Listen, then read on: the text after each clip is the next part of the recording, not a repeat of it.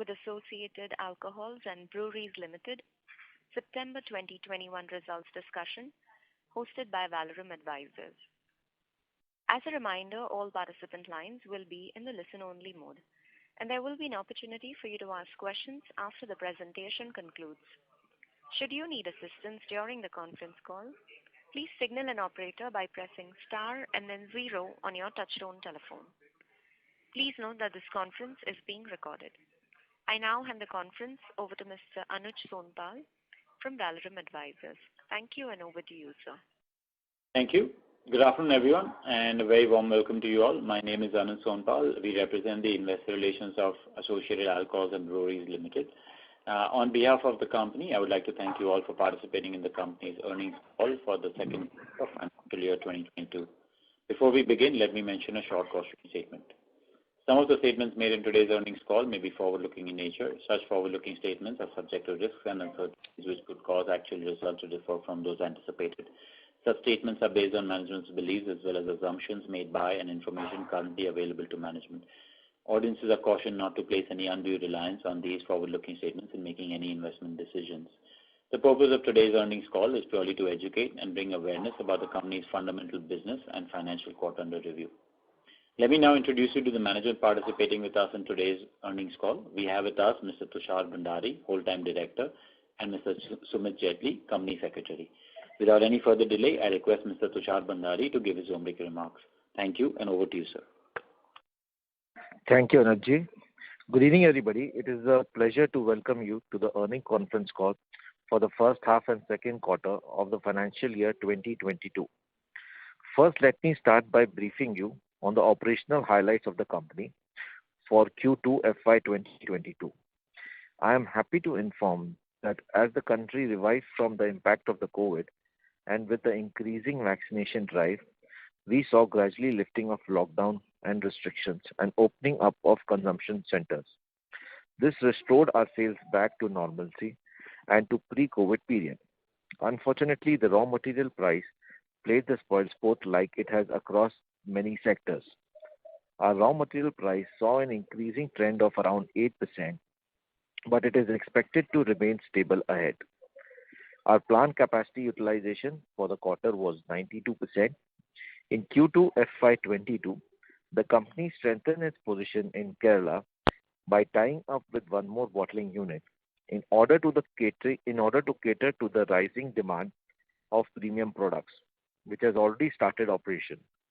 In view of the upcoming winter season, the demand outlook is positive for Q3. Lastly, we are also exploring the possibility to take over promoter's entity of Mount Everest Breweries Limited. Now let me take you through the first quarter financial performance of our company. The operating income for the quarter was around 121 crores, which was an increase of approximately 17% on a year-on-year basis and an increase of 50% on a Q-on-Q basis. Operating EBITDA reported was around 20.4 crores, which was a decrease of 1.4% on a year-on-year basis, but an increase of 31% on a quarter-on-quarter basis. Operating EBITDA margin stood at 16.92%. Net profit after tax reported was rupees 14.3 crores, which grew by 8.3% on a year-on-year basis and 42% on a quarter-on-quarter basis. PAT margins were 11.86%. Now let me take you through the half-yearly financial performance of our company. The operating income for the half year was around 201 crore, which was an increase of approximately 23% on a year-on-year basis. Operating EBITDA reported was 36 crore, which was an increase of 22% on a year-on-year basis. Operating EBITDA margin stood at 17.92%. Net profit after tax reported was 24.4 crores, which grew by 36% on a year-on-year basis. PAT margin were 12.15%. I will now take you through quarterly segment performance. In the manufacturing segment, revenue for the quarter were 37.4 crores.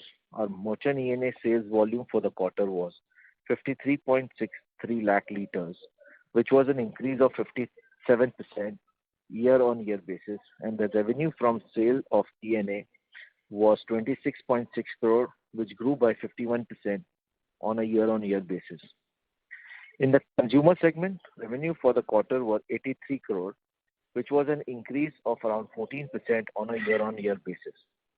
Our sales volume for IMIL, IMFL proprietary and IMFL licensed brands were at around 8.84 lakh cases, 2.32 lakh cases and 2.33 lakh cases respectively.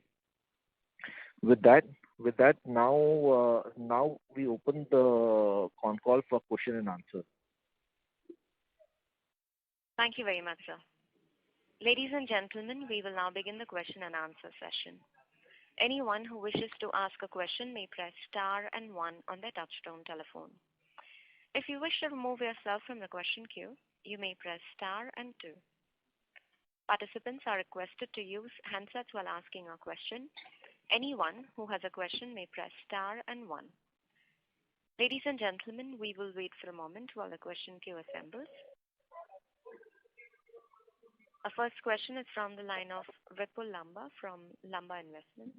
Please go ahead. Yeah, hi. Thanks for taking my question. My first question is on there is a drop in our in the volume of our proprietary brands. Yes. Any specific reason for that? One, and second is how is our progress on the expansion which we are doing, and when do we expect it to get operationalized? And these two questions. See, there is a drop in a very slight drop in a proprietary brand. That is basically because of the two reasons. One is because of the Delhi policy.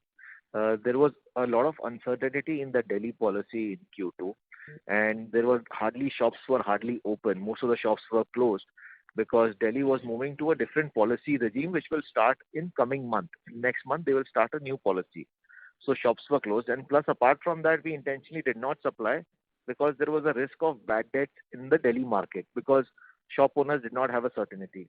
One reason was that. And second, there was a drop in our sale in Kerala market, slight drop in the sale of Kerala market due to the continued COVID situation. So these were the reasons of slight drop in our proprietary brands. And second, you asked on the expansion front. So expansion has already started. All the orders have been placed, and we are well in line with our timeline of completing the project. So expansion project is completely is on full swing right now. So as per your estimate, it should start by next financial year?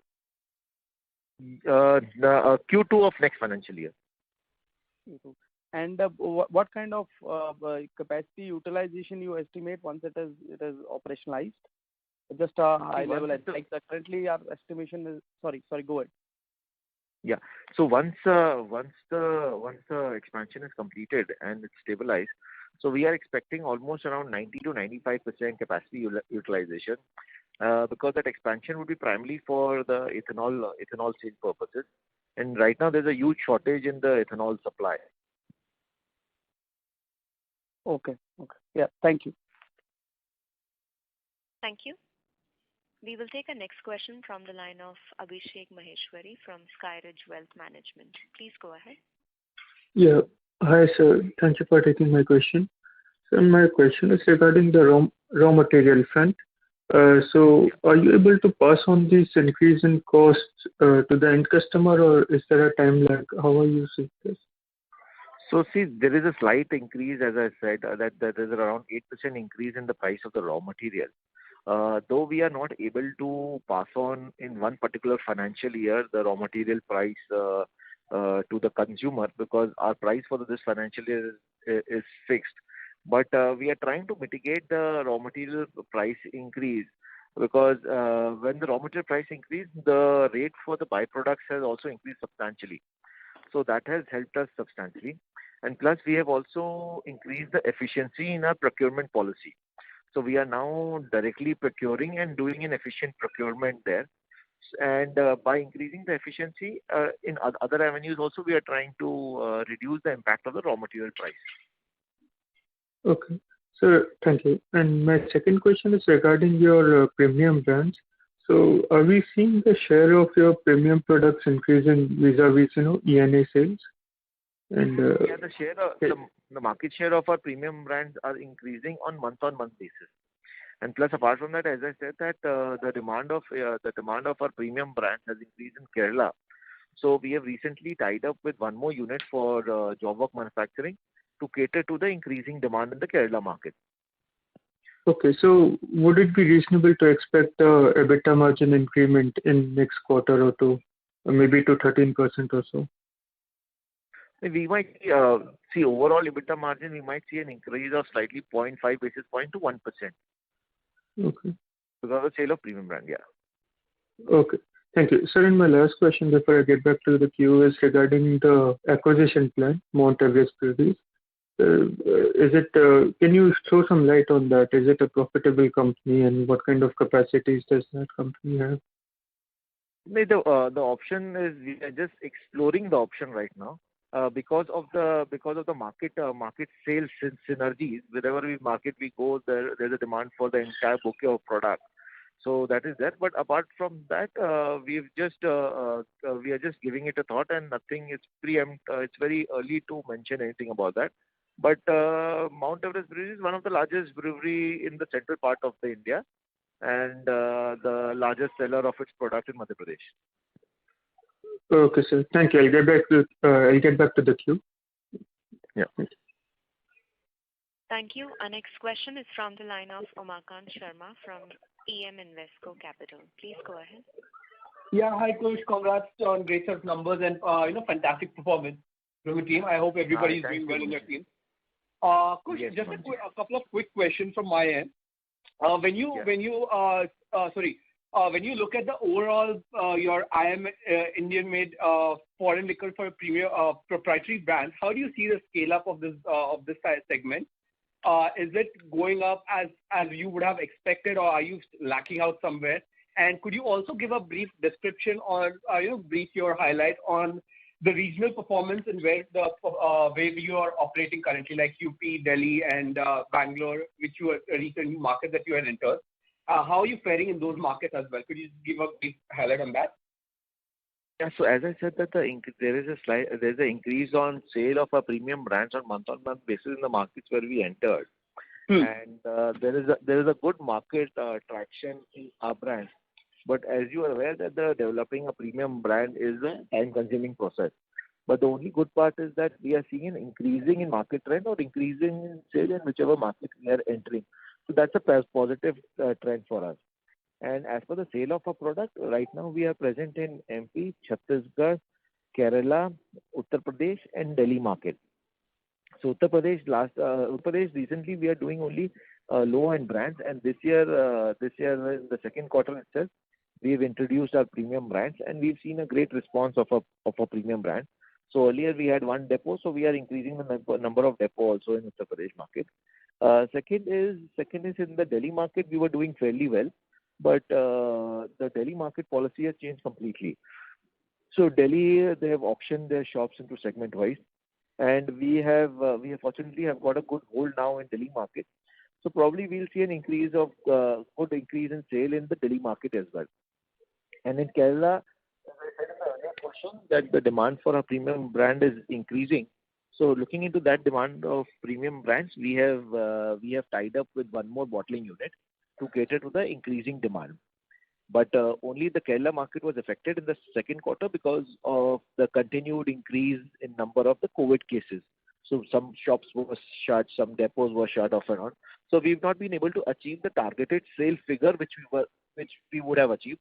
But on the positive note side, that we've not, as compared to the last year figures, month-on-month basis, we have outperformed the last year's figures. Okay. Great. And you briefly alluded to the fact that, the raw material prices have gone up by about 8%. Because if I see your realization across your, product categories, you have taken your realization also have gone up by nearly 9-10%, 8-9% roughly, I'm saying, right? So why is it that we are seeing this margin impact? Where are we losing out? What am I exactly not missing in this sense? Yeah, I'm not able to get you. So when I look at the realization across your brands, let's say IMFL or the premium brand, the proprietary brands, or even the licensed brands, as well as the Indian-made Indian liquor, we have taken a price hikes of about close to 8-9% roughly on the realization side, right? We've taken a very slight price hike, but on an overall basis, price hike because of the increase in the sale of premium brands. Okay. And would you be able to give out a number, just from a goalpost basis? Would it be possible for you to give out a number for the premium brands for our proprietary brand IMFL? What could that number as a percentage of sale could look like? When our full capacity is in play, the additional capacity which is also coming up soon. The additional capacity, whatever the additional capacity we are coming up with, most of it we will be consuming in the sale of ethanol. But whatever the ENA we are selling right now, so we will try and consume that ENA in the value-added products and sale of our own products. Okay. That's our target. So Okay. And one more question on this acquisition which you have started on this line of acquisition. I know it's very preliminary stages. But could you just tell me what's the logic behind this? Because I believe they are also present in the same market where you are now. So is it because of the capacity? Because we are already going for a capacity expansion organically. No. It's purely because of the business synergies. That company is purely into beer, and we are purely into IMFL. Okay. And the market we enter is the same, the market which we are entering. So it's purely the business synergies. That is the probable reason we are, and the growth of that company and cashing on that. So we've just put a preliminary thought, and now we'll be looking into it and exploring the options. So it is quite premature to comment anything on that. And if I may just ask, what could be so leaving aside, I don't want to get into numbers, but what could be the possible acquisition size that you would be comfortable right now? Not specific to Everest, but in general, because you are also having a capex plan. See, nothing has been worked on yet. So we've just discussed with the board, and as a lot of people were asking also that there is a lot of business synergy. So why don't you consider? So before starting the consideration, we informed the board in the board meeting. So this has been decided in the board meeting, and now the work will start on that. Okay. And just final question, would it be possible to give out a margin profile across these segments which you have given out? That is for ENA as well as the IMFL, the proprietary brand, licensed brand, and the Indian liquor. So on a broad basis, if you ask me, in the IMFL, in the ENA, there is a margin composition, EBITDA margin composition of around 10 to 11%. In IMIL, there is a margin contribution of around 15 to 16%. In IMFL, there is a margin contribution of around 20 to 22%. And job work is just on a pure job work basis. Okay, got it. Thanks, and all the best for the coming quarters. Thank you. Thank you. We'll take a next question from the line of Yogesh Pansal from Bridge Square. Please go ahead. Yeah, hi. Hi, Yogesh. I have a couple of questions. One is that your EBITDA margin has, from the last year, it has gone down from it was 21%, now it's gone to 17%.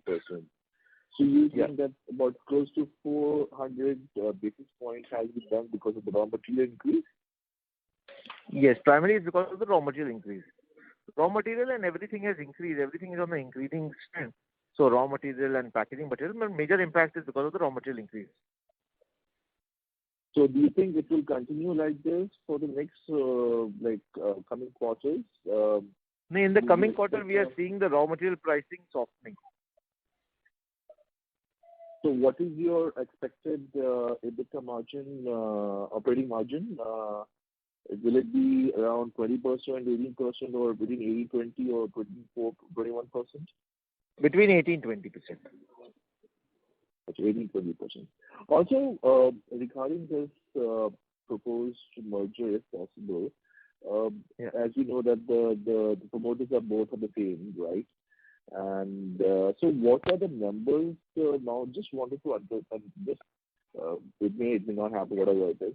But what are the numbers are they doing, and what are the EBITDA margins they have? Just want to just get a brief of it. See, primarily beer is a volume game business. The EBITDA margins are slightly lesser in beer market, but that company is selling now premium brands, and it's one of the largest brewery in Madhya Pradesh, and selling them the maximum number of cases in Madhya Pradesh, and also looking at that company is also exporting to other states also. So what are the revenue they're doing? Just maybe you can talk about last quarter or last year revenue and the margins. I can just get back to you on that because we've not worked out on the detail completely. And it's just so the basic, it's just the revenue and the margin. Number. Hello? Hello? Yeah.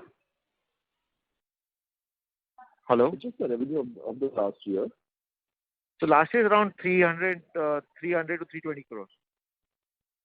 320 crores. And what were the EBITDA margins of there? I'll have to check and get back to you on that. So anyway, generally in a beer segment, there's a EBITDA margin of around about 8 to 10%. 8 to 10%. Okay. Thank you. Yeah. Thank you. Before we take our next question, we would like to remind participants to ask a question. You may enter star and 1. Our next question is from the line of Vipul Lamba from Lamba Investments. Please go ahead. So regarding the ethanol business, which we are doing the expansion, what type of margins do we see from margin profile do we see in that business? Yeah, sorry. Hello? Yeah, Lamaji, sorry. Can you repeat the question, please? Yeah. What type of margins do we see in the ethanol business for which we are doing the expansion, and kind of revenue which we'll get from the expansion which we're doing if the utilization is as per the plan? So basically the margin in ethanol business will slightly higher than the margins in ENA sale business. So it should be around about 11 to 12% margin that we are looking at. Okay. And it is linked with the crude price also. If it's for example, if in the next 6 months or a year it goes down, it will have not linked. It's not linked. It's not linked with the crude price, but it's definitely linked with the grain price. So in ethanol business, every product category has got a different pricing. Like ethanol from molasses has got different price. Ethanol from grain has got different price. So that government decides the price. So like on a contrary, if you see that the fuel prices have gone down, the government has reduced the fuel price before Diwali to around about 7 to 8 rupees per liter. But on the contrary, the government has increased the price of ethanol, given a 1.5 rupees increase in the ethanol price. Okay. So practically, are considering the expansion in next say 12 months, our revenue and profit after the expansion should be at least 60% higher from there when the project gets completed and operations. Definitely. Okay, fine. Thank you. Thank you. Any participant who wishes to ask a question may press star and 1. We'll take our next question from the line of Sunil Jain from Nirmal Bang. Please go ahead. Yeah, thank you very much for taking my question. Sir, my question relates to your expansion. Can you spell out how much is the investment which we are doing for this expansion and what will be the capacity? See, total expansion, what we are doing would cost us around 120 crores. So which will include the new boiler, turbine, and we are setting up a capacity of 1 lakh liters per day. So that's the capacity which we are setting up. 1,000 kiloliter per day.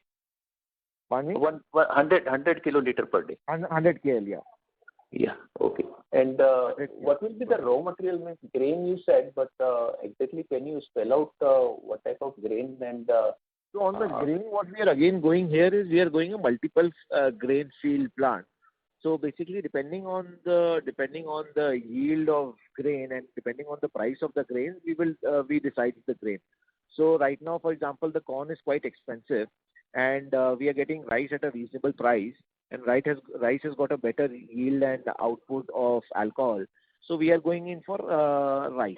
So it will purely depend on the market dynamics and the economics. So we have so whichever grain has got starch, we can use that. But completely depend on the economics and the price at what the raw material is available at. Then we switch the grain accordingly. So rice in the sense whole rice you will be using, or it will be a broken rice or something? Broken rice. Okay. So still margin what you are calculating seems comparatively lower as against your competitor or some other players. Right, I'm talking about the pure ethanol business when you're talking about. So definitely, as compared to the competitor, I will get a better margin because I would have the economies of scale. Because with the same amount of staff, I'm almost adding a lakh liter a day capacity. So my overhead cost would be per liter overhead cost will reduce substantially. So I think there is a good margin people make from byproduct also. So that is also included in 11-12% or no? Yeah. That is included in the price of the, yeah. Okay. Fine. And currently, whatever you are making ENA and all, that is also from the same raw type of raw material? Grain. Yeah. Grain only. Okay, sir. Thank you very much. Thank you. Thank you. Our next question is from the line of Dhruv Kashyap, an individual investor. Please go ahead. Hi, good afternoon, Tushar, and once again, thanks for the way you and your team are leading the company, especially in these tough times. I had a couple of questions. First, with respect to, I understand that you've said that it's very preliminary, but from what I have been able to gauge, I need your help to understand this, that Associated Alcohol has been a very focused spirits company over the years, and it's done very well on its CAGR and ROCE and ROE, etc. Mount Everest Breweries Limited did a top line of about 290 crores in 2019. It dropped to about 250 crores in 2020, and it seems to have done about 143 crores in the first 9 months of the current financial year, with about a 3 to 4 crore loss. And in FY19, it was about a 8-9 crore profit, and FY20 was a 8-9 crore profit. I am just not able to see the synergies between these two businesses at all, because one is such a margin accretive, profitable, you are up trading, you're trying to move from contract manufacturing to own brands. On the other is a beer business, which is a pretty low margin and only a volume game business. So I am failing to see the synergy unless there is a promoter synergy that the promoter wants both under the same roof. Now, you see, apart from the major reason of it is that the synergy, because if you talk about particularly on a preliminary stage, if I talk about only Mount Everest Breweries, so Mount Everest Brewery is the fastest growing beer company in the country. So within last 10 years of its existence, it has moved from per month manufacturing capacity of 1 lakh cases per month to 10 lakh cases per month. Okay. Plus, apart from not only looking at a low margin business, Mount Everest is also into the premium brands and premium beer, craft beer and all. So the synergy, the only reason why we are exploring this option, because there is a huge synergy, because whichever market we go now, so they have a combination. They want a combination of both a person who is able to supply. See, for example, if in Delhi market, okay, Delhi is privatized shops. So whichever player I'm going, they are asking for both beer and spirit. There are a lot of, the only advantage in beer is that there are only few breweries who can sell beer. Okay, but what happens when it comes into IMFL? So there is a huge entry barrier there. But what happens in the case of IMFL is anybody can have a bottling license or a bottling tie-up and start its own brand. So for example, tomorrow you can also have a bottling tie-up and start your own brand. So there's a huge entry barrier and there are very few players. So people look for beer first in their shops, and then they are looking for IMFL. So there is a huge synergy whenever we go in outside market from Madhya Pradesh. So there will be a huge synergy. So that is that is only exploring. And plus, apart from that, whatever numbers will come, if we see it's adding value to both the companies and it's adding value to the investors, then only we will take a call of mergers or something like that. So Tushar, if I've understood you correctly, what you're saying is that outside MP, it is easier for you to get a foothold into the store if you carry both beer and spirits, and it's sometimes in markets like Delhi, you get an entry into the shop through the beer into the spirits. Have I understood you correctly? Yeah, just an example, that's what I'm giving. Delhi is just an example what I've given. No, I understand that, but that's what you were saying. So it's a piggybacking on each other's distribution sort of entry, so to speak. Is that correct? Is that what you're saying? Yeah. Because if I look at the financials, on 300 crores of top line, if you do a profit of 8 crores, it's a 2.7% PAT margin versus associated alcohol being on between 12 to 15. So from a financial synergy, I'm just not able to understand why such a focused and profitable spirit business would like to get into such a dilutive and completely volume, almost like retail moving to wholesale kind of a business. If I was to give you another example of another category, from a financial synergy, I just can't understand why Associated would want MEBL in its portfolio, unless, as I said, it's to suit the convenience of the promoters. No, the financial synergies is still to be explored. So we've just put there's nothing that we just want, there was a thought which had come up, so we just wanted to put it on the board and keep the investors informed about it. So we are not sure whether permission. I'd like to add something. Mr. Dhruv, see, basically when you are going to analyze the financial of Mount Everest, so I think at this platform, at this juncture, we could not explain it, that the sales proceed and the realization factor. Because the Mount Everest also do work or job work for some of the leading MNCs or the leading beer brands. So it would at this point it's very it would be very in a very nascent stage to say कि भाई उसका जो financials का top line है और जो numbers PAT के EBITDA के बन रहे हैं उसका एक it would be too early to comment on it right now. Sir, I understand it's early to comment, but as an informed investor, I know each and every financial of MEBL. I know that it does job work for UBL and so on and so forth, and which brands of UBL. So as an investor, I am preempting because one fine day your board will decide and say the merger is done. Then what's the point of me raising the concern then? So I am just raising it as a informed investor that these are my concerns, because normally when these entities are merged for promoter convenience, it is always the minority shareholder who is shortchanged. So I am just raising the concern. You might say it's too early, but every financial of MEBL I know. There's nothing new that I'm going to get to know later. Well, financials are domain. Everybody is having access to it. So that is not a point.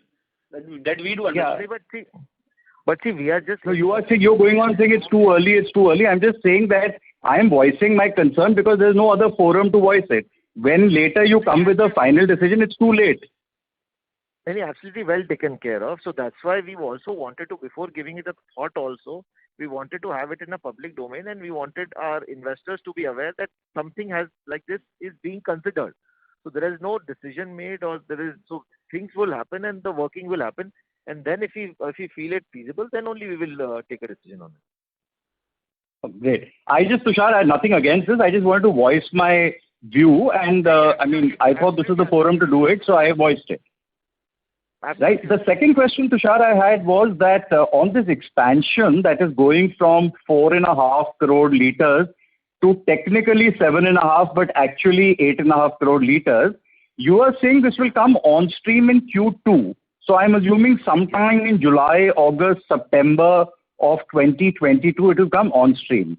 Now, if that is correct, can you just help me understand the mix that in 8.5 crore liters versus the 4.5 crore liter currently, how do you see the mix evolve in terms of IMIL, IMFL, own and contracted, as well as ethanol and ENA and likes of that, so that one can just understand what will the company's revenue and margin picture look like 1 or 2 years from now? Okay. So basically, whatever the additional capacity which will come, okay, that will be primarily and solely be utilized in the sale of ethanol. Okay. And right now, whatever ENA what we are selling, round about say on an average of around 15 lakh liters per month. So that we will try to convert to the maximum into value-added products. Okay, so if I've understood you correctly, that almost half in the future you are trying to put it into IMIL, IMFL, both contracted and own proprietary brands from the current 4.5 crore liter, and the other 4 crore will go purely to ethanol blending. Is that correct, or is my understanding wrong? Yeah, absolutely right. So then how will the margin profile evolve? See, the margin profile will evolve because here I'll be selling the pure ENA, right? So instead of pure ENA, I'll be selling the value-added product. Okay, one is that. Second is that my EBITDA contribution in my overall sale of ENA or in ethanol will increase due to economies of scale. So with the same amount of staff, I will be able to increase with the same amount of staff, I will be able to double my capacity. So my overhead cost per liter will reduce substantially. And second, we are also in a new project. We are also putting a turbine which will take care of entire power for the entire unit. So apart from the regular factors, these are the factors which will increase the margin. So would it be fair to say that the blended EBITDA at the destination state of 8.5 crore liters would be somewhere the same as now, which is 18 to 20%, or would it be more, or would it be less? Somewhere around the same. So there won't be any improvement in overall margins because of this expansion. Yeah, but only if the the margins will slightly increase because only the contribution will come because of the increase in the sale of the value-added products and the premium brands. Yeah. Because during the course of action in next 6 months to 8 months, we are also launching certain premium brands like the super premium brand, like a premium gin and a premium blended scotch. And we are also working on a single malt, but that is a time-consuming process. That will take time. Okay. So fair to say that it will remain at about 18 to 20% EBITDA margin in the destination end state because the current 4.5 crores hopefully all migrates to value-added products. So it increases the margin because the ethanol part will come down or become zero. And the ENA part. And in the other 4 crore that we'll add, the liters will all go towards ethanol blending, which is more at about 11-12% odd margins. 12 to 13%, yeah. So blended will remain at 18 to 20% at a company level all put together. Is that a fair assumption, or will it come down or go up a bit? No, that's a fair assumption. Okay. Tushar, my third question was that we've had a lot of disturbance in Delhi, and since I live in Delhi, July, August, and September, the private shops stopped buying because 30th September the license expired. Now, 16th November, the government shop's license expires and they have stopped buying for the last 45 days in the Diwali period where everybody has cards, parties and all. There's been no liquor in Delhi whatsoever. Now, tomorrow, 17th, is when the new private 850 stores start coming into action. How much of a contribution of the company comes from Delhi, and how badly disturbed has both last quarter and this quarter been, and hence do we see a significant impact in this quarter, as in December quarter's financials as well? And when do you envisage this improving? Because once the new stores start, they will also have to stock up from zero. So there'll be a lot of primary filling in, right? So what's your read on the impact of this whole Delhi situation on your company? So the thing is that if I talk about pure Delhi as per se, so Delhi from last year's second quarter only, we had reduced our sales substantially in Delhi market because we were seeing disturbance in the Delhi market and we were seeing a threat of bad debt in the Delhi market. So we took a genuine, irrespective of the demand in the Delhi market, we started reducing our supplies and controlled and concentrated on the recovery. Because we were aware that this thing is going to happen. So if once the shops are closed, then it's difficult to recover the money. So that way, if compared that, we've not been impacted that much because we controlled our supplies in last year only. But now, in going forward, we are seeing a strong contribution to come from the Delhi market, because we have tied up with one of the major, as you're from Delhi and you're aware that most of the shops were auctioned in group wise. So one group has almost 25 shops. So we have tied up with the major player who holds almost 40% of the Delhi shops. So we've just tied up with him. So that will give us a greater contribution in coming months. And immediately you would not start, because we are in the process of all the processes there, label registration and all. So it's a time-consuming process. But in the coming months, you will see the sale in Delhi of ours increasing. Mr. Kashyap, I'm sorry, you'll have to return to the queue. There are several participants waiting for their turn. Thank you. We'll take a next question from the line of Sri Shankar from InCred Capital. Please go ahead. Yeah, I probably joined a bit late, so there may be a repetition of my question. But anyway, can you explain to us now, where are we going to see a bigger growth happening? Is it in IMIL, the expansion, once the expansion comes through, or at IMFL proprietary? And can you also give us some idea? You mentioned that you're probably launching a gin, you're probably having a plan to launch a single malt, etc., etc. But what is the over the next couple of years? What is your strategy of going for some of your own brands, and how much are we going to increase your licensed brands production as well? So basically now our pure concentration is our own licensed brand and our own value-added brands. So there we see growth, and we are seeing a growth on a month-on-month basis in the various markets which we've entered. So see, earlier we were just an MP-centric market, and now if we have to grow and in terms of the volume, then the only option is either I grow at the rate what MP is growing, or outpace it slightly and take somebody else's market share, or I move into other states and increase our sales there.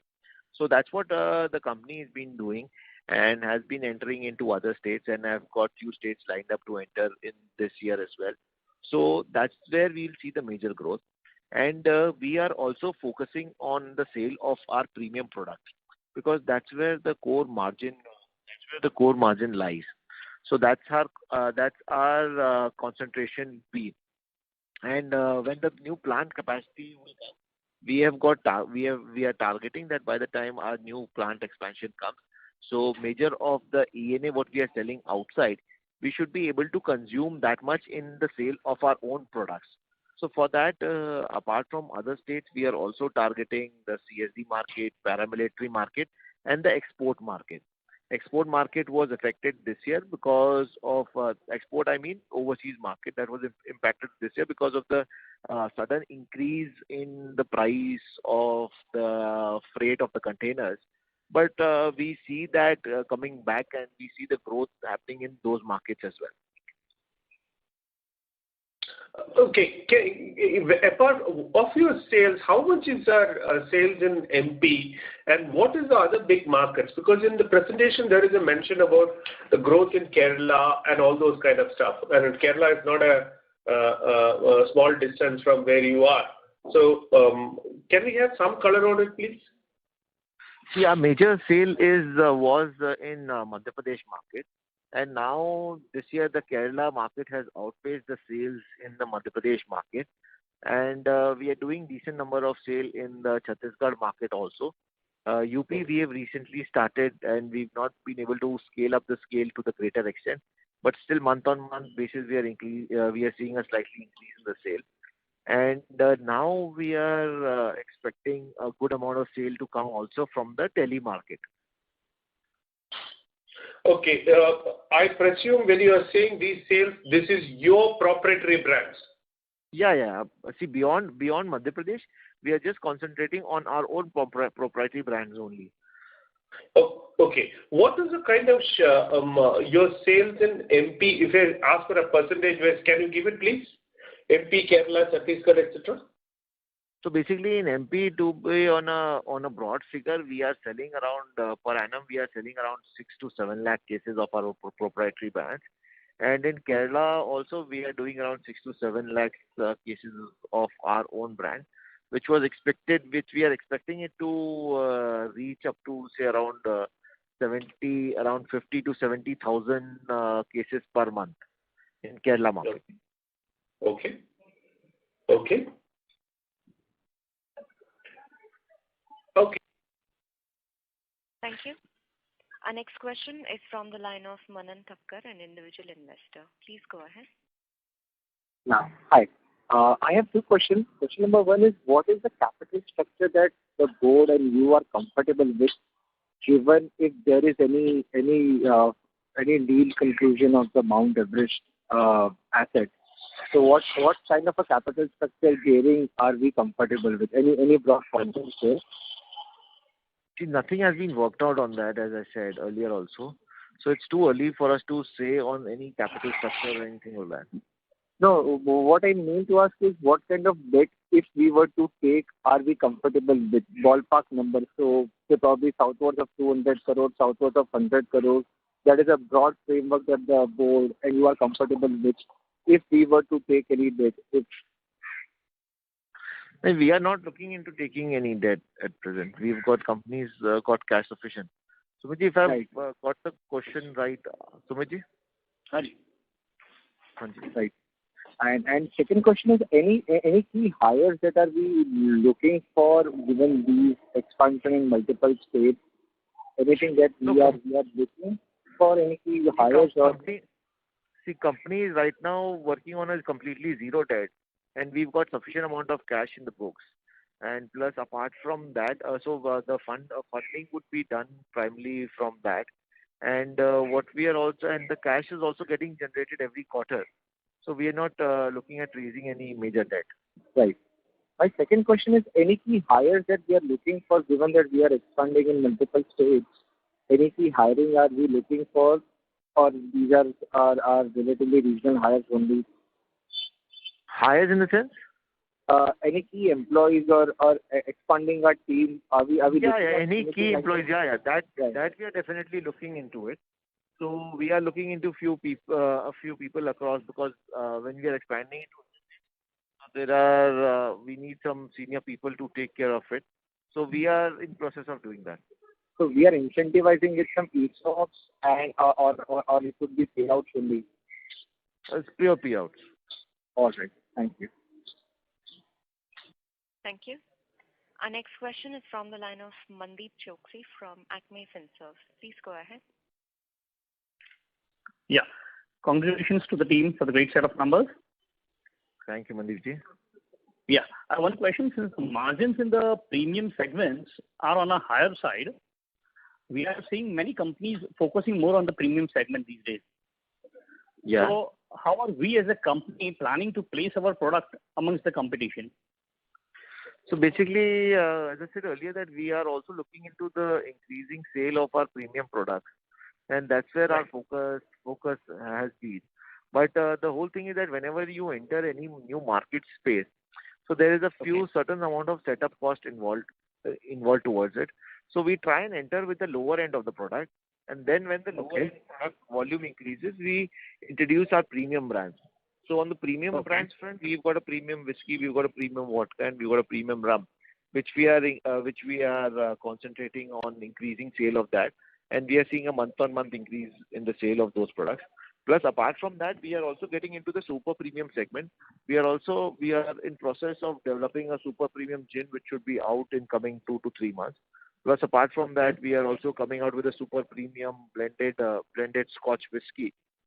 So that we are looking at. And in future, with the long-term process, we are also exploring the option to come out with a single malt and setting up a malt plant. Right. Since the thing is, outside of Madhya Pradesh, we hardly find your brands anywhere in the market. I mean, take it Maharashtra or say Rajasthan or say Goa or anywhere. Yeah. So that's what I'm saying, that we are exploring options into entering into other states.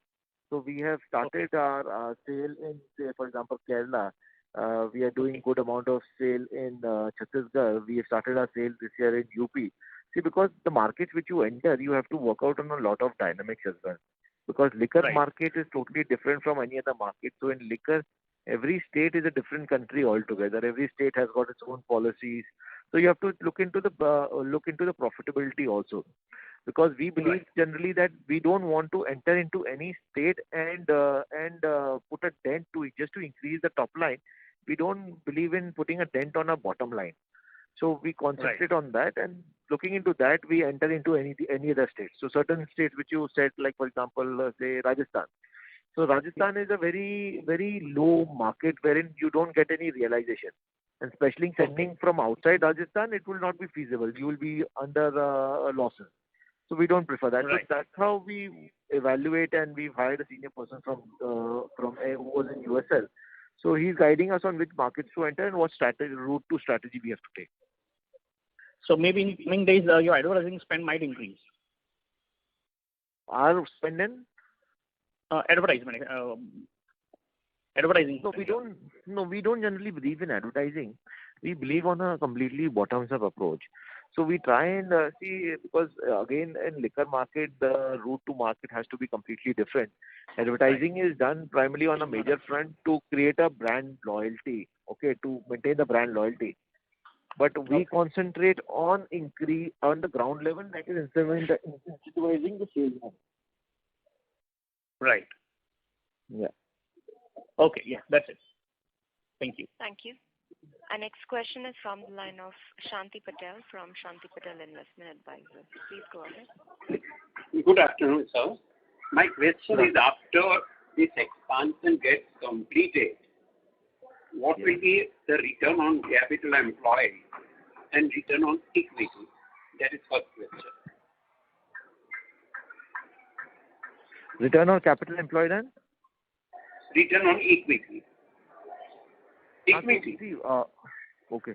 So after the expansion, so we are seeing return on capital employed, like we are seeing a break even should come around in 3 to 4 years time.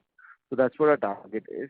And plus, apart from that, we will be able to compete, and we will be with the new expansion coming in, we will get a better margin contribution, because with the same amount of staff and same amount of fixed cost, we will be able to increase our production to almost double our production. No, sir, that I agree with you. But approximate some idea about the return on capital employed and return on equity. Approximate. Sumit ji, आप working share कर सकते हैं क्या? Numbers will be shared to Anuj ji, Shanti Patel ji. Sorry? Sir, we will share it with Mr. Anuj Sonpal. You can contact our IR, Investor Relation Agency. Good. You don't have just now? Don't have handy, sir, right now. Approximate figure also? No? Okay, tell me, what is the return on equity and return on capital employed today? Around 30%. 30% is what? Return on capital employed or return on equity? 28 to 30% it is return on capital employed. And return on equity? Around 22 to 23%. Oh, okay. Thank you very much. Thank you.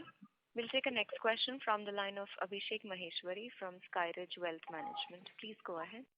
Yeah, thank you for taking my question again.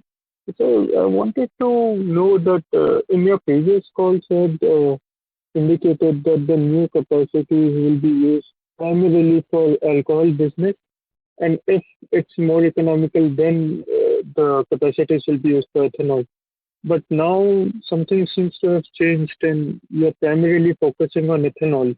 So can you talk about that a little? See, basically, we are going in for a dual mode plant. So primarily, wherever we see an opportunity, we will sell our products into that. But right now, the opportunity is more on the ethanol option. In coming years, at least 3 to 5 years, we are seeing a greater opportunity and greater price realization in ethanol segment. And plus, apart from that, looking into the incentives which the government is providing for ethanol manufacturing. So that's how we've staged the strategy, and we move towards ethanol. And plus ethanol, we will also get certain amount of GST credits and all. So that's why we changed our strategy and moved into ethanol. Okay. And sir, have you started talking to OMCs? regarding contracts and all?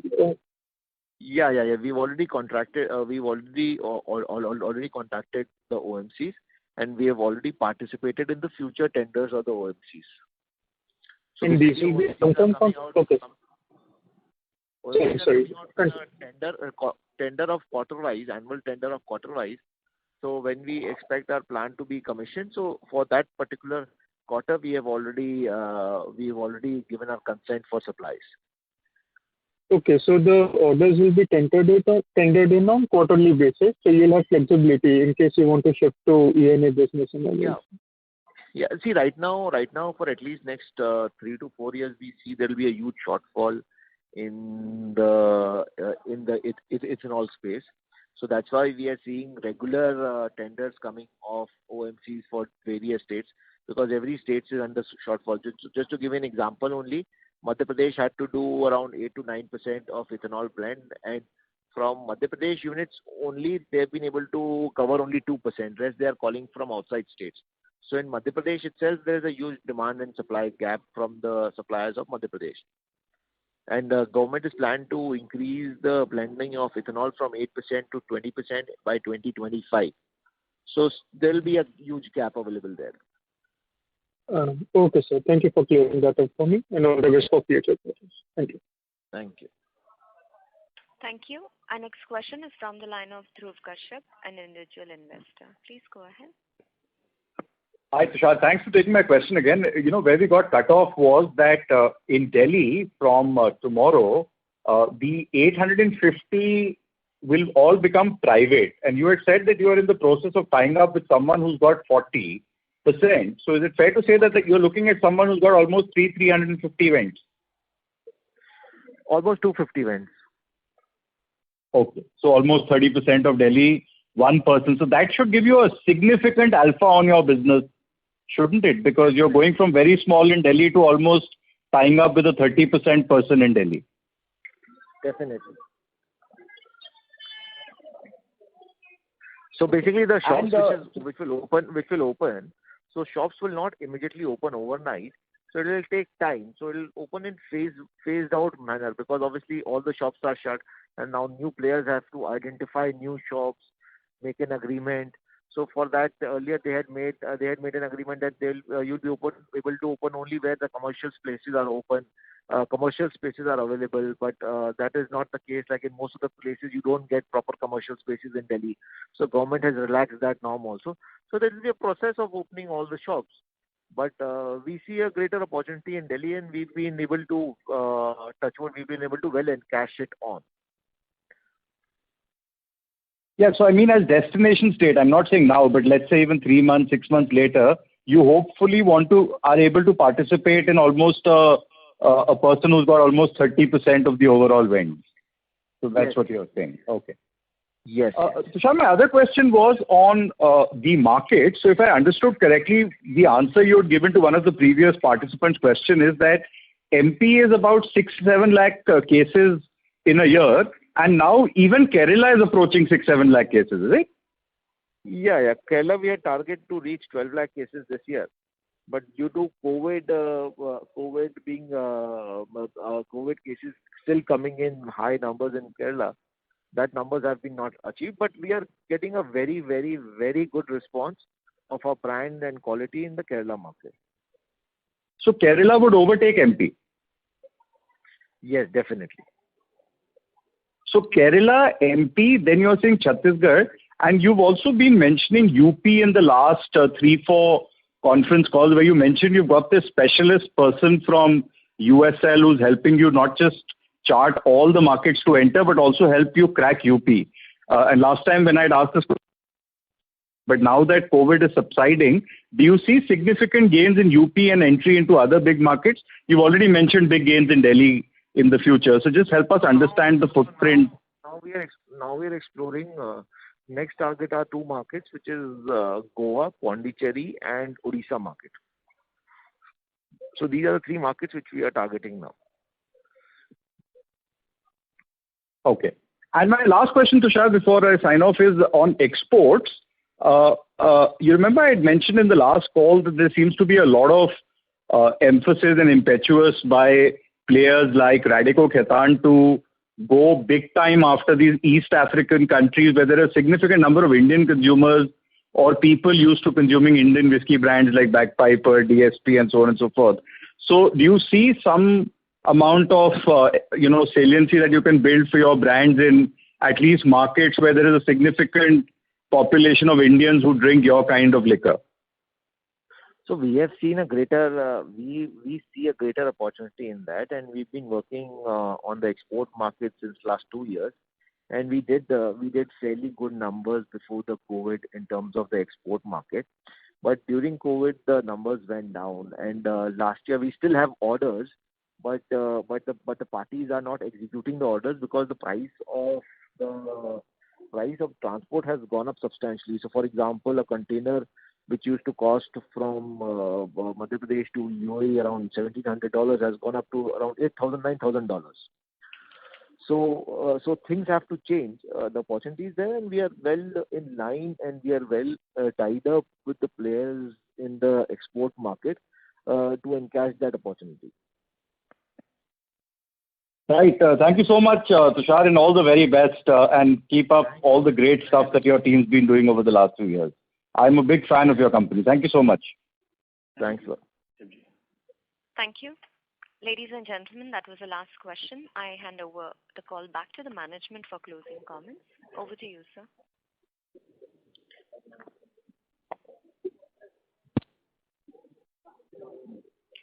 Over to you, Mr. Bhandari, for closing comments. Hello? Yes, Vishal.